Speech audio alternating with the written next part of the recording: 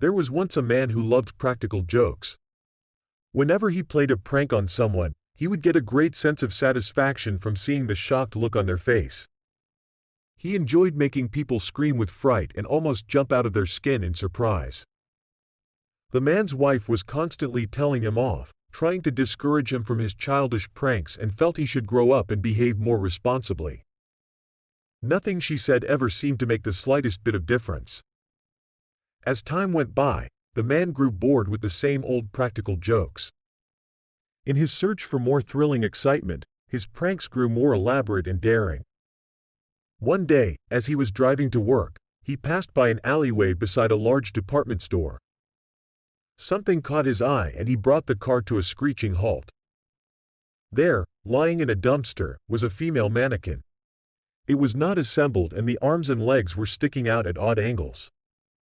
The man suddenly had a great idea for a prank. He got out of his car and went over to the dumpster. He reached in and pulled the mannequin's head out of the trash. It was in good shape. Apart from a scratch on the nose and a few other dents, the mannequin looked almost lifelike. Working quickly, before anyone spotted him, he gathered the arms, legs and torso and loaded them into the boot of his car. He was so excited, plotting his next great prank, he couldn't wait to pull it off. That evening, he drove home, ate dinner with his wife and son, then excused himself and went to bed early.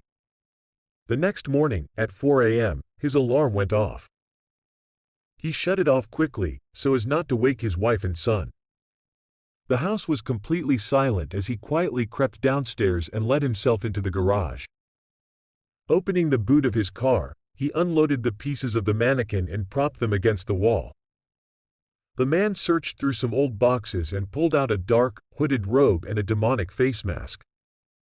He laid the limbs of the dummy out on the floor and assembled it carefully, screwing the arms and legs into the torso.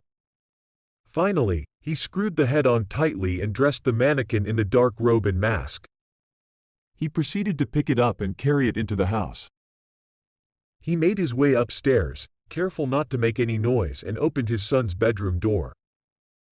In the dim light, he could see his son lying in bed, fast asleep.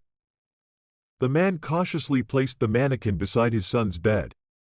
He took a few steps back, to marvel at his mischievous creation. He was pleased, but the mannequin seemed to be lacking something. It wasn't quite as scary as he had imagined. Just then, it came to him.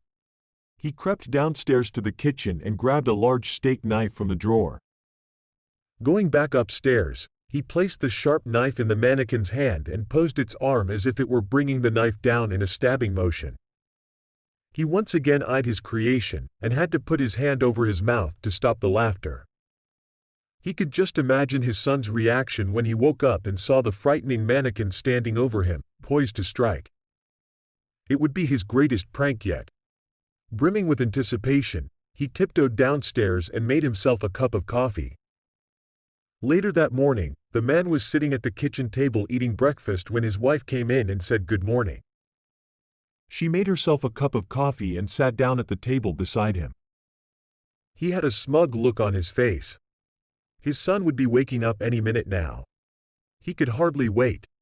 Suddenly, a blood-curdling scream from upstairs broke the silence and his wife dropped her coffee cup. She was about to run up the stairs when she was stopped by her husband's laughter. "What's so funny?" she asked, rather angrily. "It looks like our son has fallen victim to my latest prank," the man chuckled contentedly. His wife rolled her eyes and returned to her chair. They sat in the kitchen, waiting for their son to come downstairs, but after 5 minutes of silence, they both grew impatient. "Would you please check on him?" asked his wife. "He'll be late for school." The man smiled to himself, satisfied with his work, and walked upstairs to check on his son. He opened the door and looked inside. Suddenly, he froze and all color drained from his face. His son lay on his bed. Blood pooled around his shoulders. His throat had been slit from ear to ear. The window was wide open, the curtains fluttered in the breeze, and the robe and mask both laid on the floor in a pool of dark red blood. The mannequin was nowhere to be seen.